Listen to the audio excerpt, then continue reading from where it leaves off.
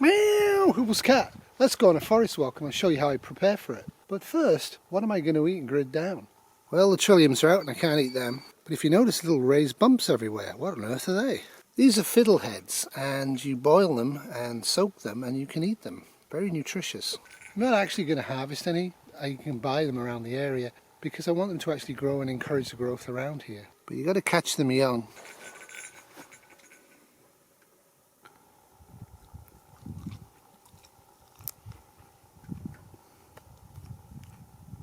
My two favourite people in all the world enjoying the sun. It's important to let people know where you're going. Kitty knows and she knows how I'll be. And it's also very important to mark trails, especially when you go into virgin forests without trails on them like this one. I found this trail and built this trail in the winter. And you can see, this isn't mine.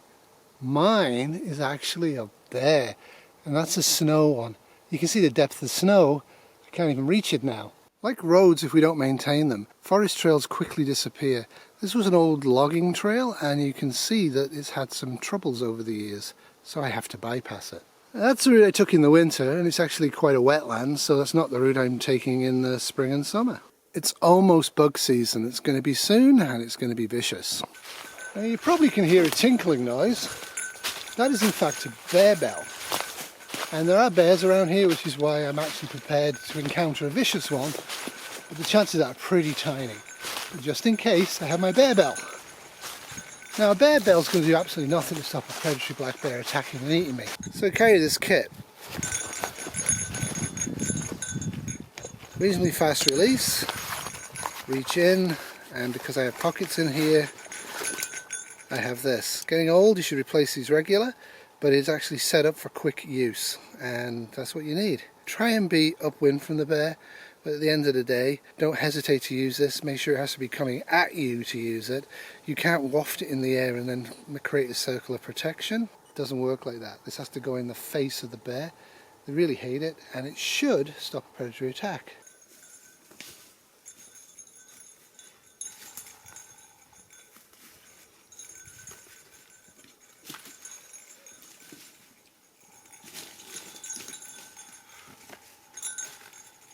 Of course, you should always add some whimsy. Power of the wind.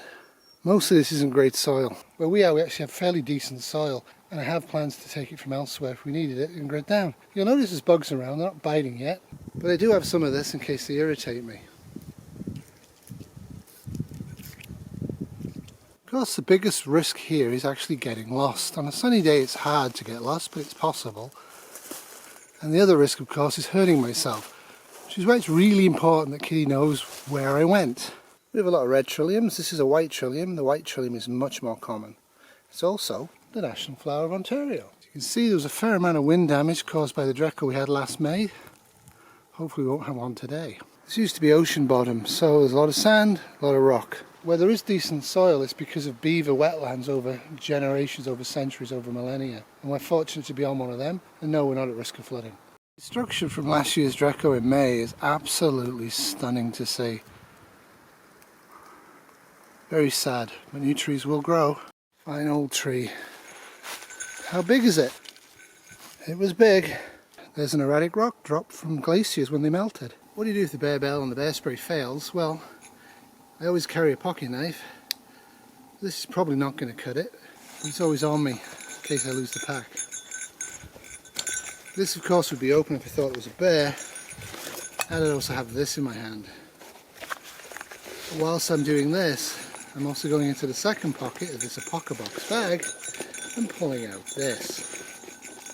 It's actually always open, and in certain times of the year I actually have it on my belt.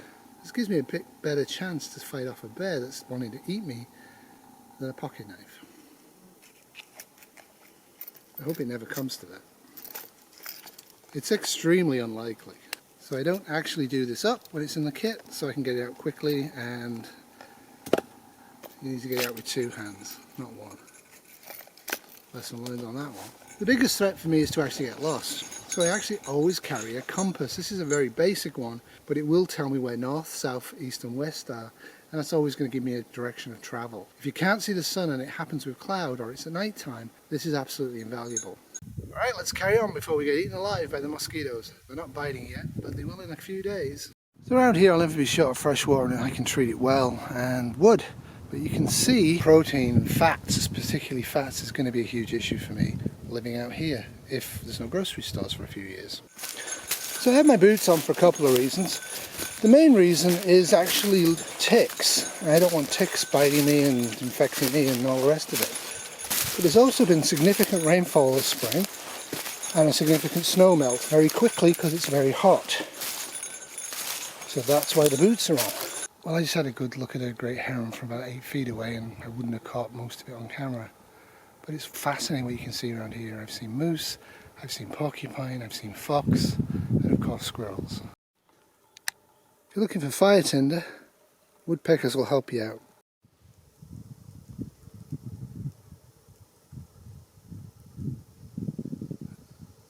I love the silence here. And of course, birch is always great for tinder. And for writing on and making cups, if you're so inclined. Which I am not. There's literally hundreds of these ponds all around me and within easy walking distance, which is really nice. I won't have to worry about water. Like I say, I have solid plans of redundancy to actually filter this and make it purified. However, I will point out to you, probably notice I'm sweating a bit. When you sweat, you lose the effect of any anti-bug spray you put on, unfortunately. But I believe the American Army is trying to develop some sort of a DNA thing or a spray that will actually give American soldiers 2 weeks protection from insects. I think it's actually covering their skin in a pine residue. Oh, back into the forest for me.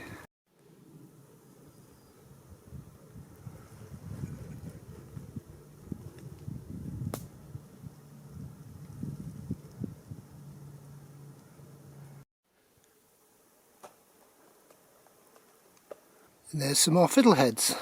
So I've come full circle. Thanks for enjoying the walk with me. Get out there and do some activity today. Do it sanely, do it safely, and have fun. And a short walk through the forest. And I will be home very quickly. Very lucky to have this type of property near us. And there we go. Minute or two, I'll be drinking a nice cup of water. Thanks for watching. Have a great day. Get out there, exercise. Do something safe, do it sanely, but most of all have fun. Explore. Toodles. Oh, and don't pick the trilliums, it's illegal. This video has been brought to you by a Sun Loving Terrier 2023 production.